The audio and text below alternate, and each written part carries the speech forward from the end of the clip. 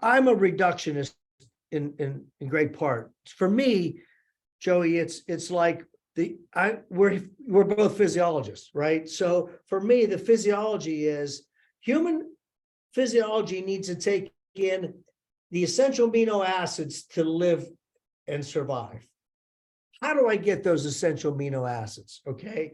By the way, I went to the zoo on Saturday morning. I saw the silverback. You know what a silverback gorilla looks like, how much just amazing amounts of lean mass that thing has. And they were feeding them and they threw them fruit and broccoli. Okay, wouldn't it be nice? Wouldn't it be nice if we could turn fruit and broccoli into that much lean mass, but we can't. So but they must eat a lot of freaking broccoli. I mean, yeah, no, that's the point. They don't have quote essential amino acids. They can get this from anything and make it into that. Or our genetic code does not say that. So, that's why I said I've become very reductionist in my thinking in that regard, is that you need the amount of essential amino acids. Now, that being said, you can get them from anywhere because the body doesn't really care, by the way, whether that essential amino acid came from spam or whether that essential amino acid came from tofu. It just doesn't matter. Yeah, it doesn't matter. Okay.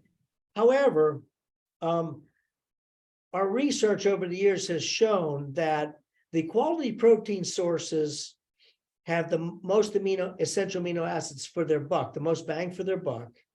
And again, my colleague who's in the next office has recently done a paper, 2020 in Nutrients, showing the relationship between the essential amino acid Cmax, in other words, the maximal concentration, and the time to that, and the change in both muscle and whole body protein synthesis.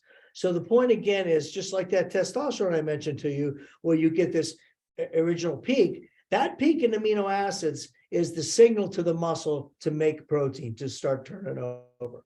And so again, however you get that, it doesn't matter. But the essence is this, that there's a dramatic difference between both protein sources. Number one, in digestibility, meaning how many essential amino acids are going there, and the content of the amino acids. So if you take beef, for example, which has a high amount of amino acids per gram, and you take tofu or black beans or something like, let's just say black beans, which has a much lower, you see that you can certainly eat enough black beans to get there, but then how many calories are you taking in? You see what I'm saying? I tell people this all the time. I have no emotional attachment to either. And people always, because every time I give a talk, all the vegetarians want to get up and argue. I have no emotional attachment. I don't care.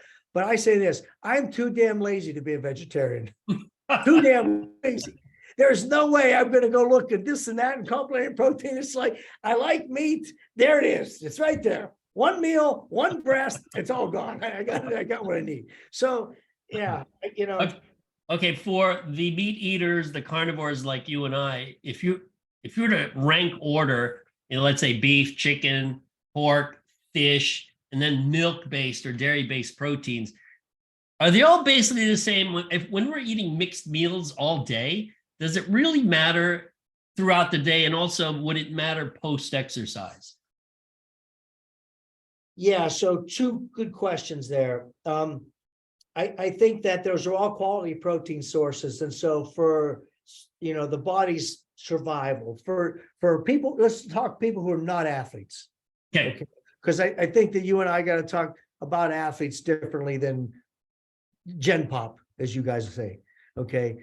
For Gen Pop, that's fine. They're getting what they need in quality protein sources for the body's survival, turnover. I mean, I think you have to appreciate the probably millions of proteins in the body that need turned over on a daily basis. Okay. Right. So, the food supplies that for you. For performance, there's a different story. For performance, I think you need some delivery of a greater amount of essential amino acids. That's what all our work has been showing us, okay, that you need a greater delivery of essential amino acids to up the protein turnover, to keep up with the performance, to recover from the performance. Again, if I told you to go out and paddle for 4 or 5 hours, you'd come back pretty darn sore the next day, So how do you repair that? Okay, right? Your back is sore, your arms are sore. I mean, you did a lot of tearing down of those myofibrils. You have to replace those now. And so in order to do that, you have to deliver a lot of essential amino acids to those working muscles. And that's why I say I think that Gen Pop and the athletic population, you have to consider them differently in how you eat, what you take in, and more importantly, the essential amino acid load that you need to make this all happen. So clarify for the audience, if you were to do a gram for gram comparison of whey protein, since whey is probably the most commonly consumed protein amongst people who work out, especially post-workout, versus just an EAA concoction. And the reason I bring this up is you don't see, in fact, the way I get a handle of what seems to be popular is when students ask me questions, they'll be like, hey, have you heard of this product? I'm like, no, I don't know what the hell that is. So, but I've never heard anyone say, hey, what do you think of these essential amino acids? Never. I mean, they'll come up with the most bizarre products that don't do shit, but they've never asked about essential amino acids. Why is that? Yeah, and they should. Again, if you look at the large part of our work, but by the way, can I make a plug? Since we just sent you the first round of the ISSN statement on EAA supplementation. Yes. So the raw form is in your hands, and hopefully, you know, we'll have that out soon to the viewers and the public. But Awesome. it talks a lot about that in here, that the freeform EAAs give you by far and away the largest response in muscle. And the reason they do is because they require no digestion. They get out to the periphery very quickly. The Cmax is great, okay? Much more than you get from whey protein.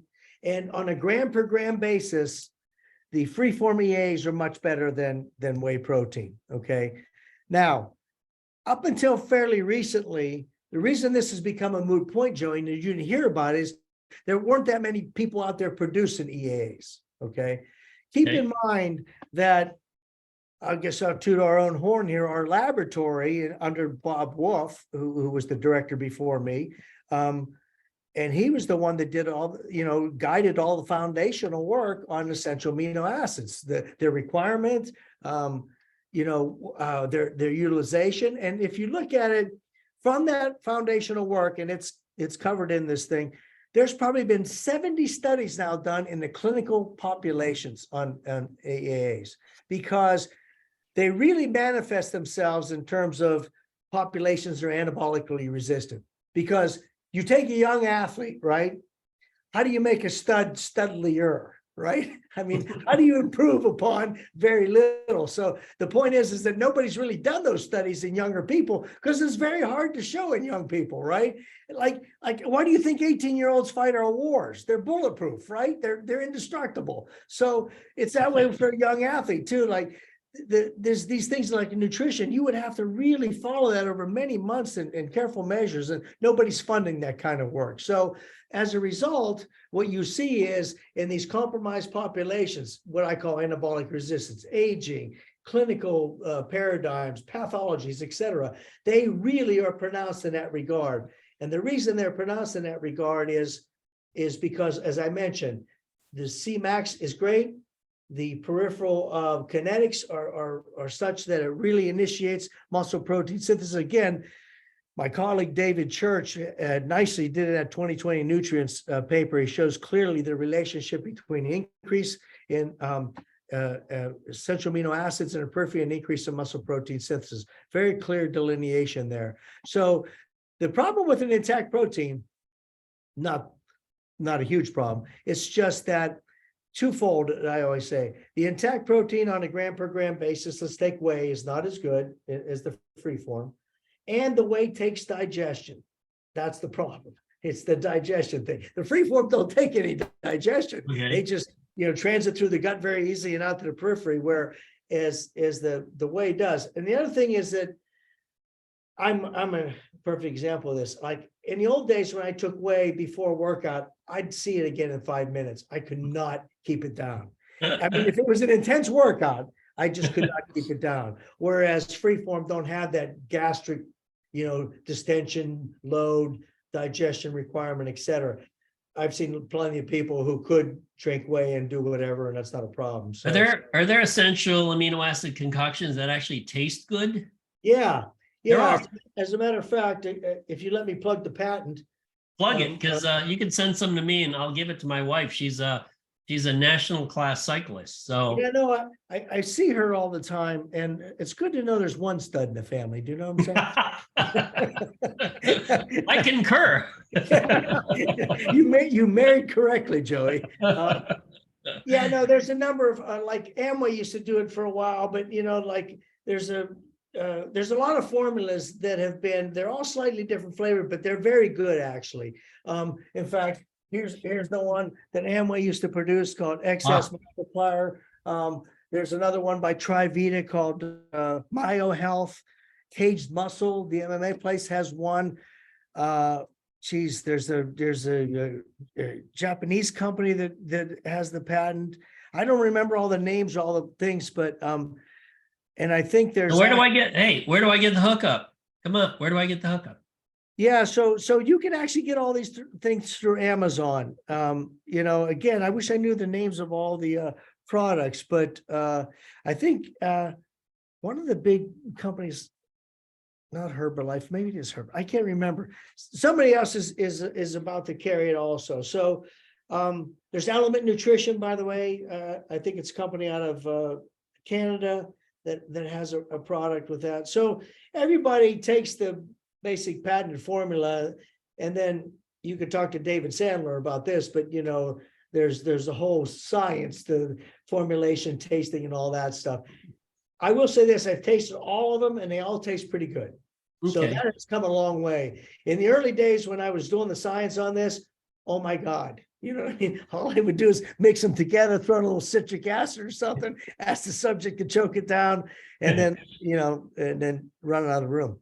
Yeah, that's exactly it. None of it ever tasted good to me. And that's why I was like, God, I can't stand this stuff. Now,